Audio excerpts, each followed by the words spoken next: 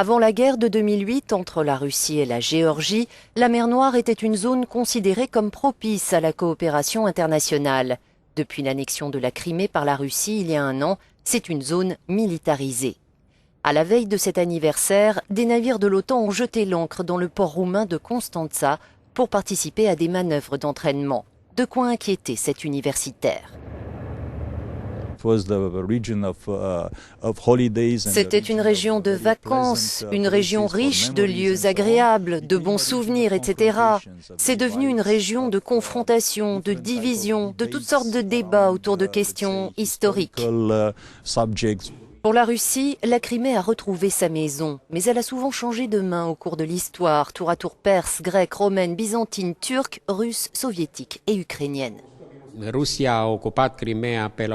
Russie a occupé la Crimée en 1780 et s'y est établie au fil du temps.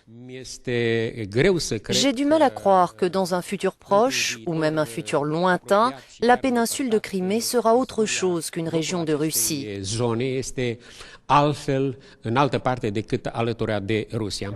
Nous avons demandé aux habitants de Constanța comment ils vivaient les récents événements autour de la Crimée voisine. Je ne suis pas inquiète, je me sens en sécurité, je n'ai aucune raison de m'inquiéter.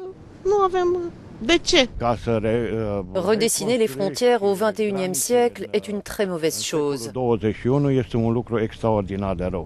L'eurodéputé roumain Ioan Mircea Pașcu avoue, lui, que la Russie l'inquiète. La Crimée est pratiquement devenue, je dirais, la Kaliningrad du Sud. C'est une plateforme d'où l'on peut lancer des opérations offensives non seulement dans la région, mais aussi en plein cœur de l'Europe.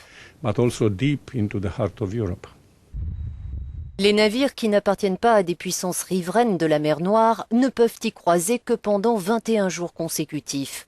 Les Américains, Canadiens, Italiens et Allemands qui participent à cet exercice de l'OTAN devront donc lever l'ancre d'ici fin mars.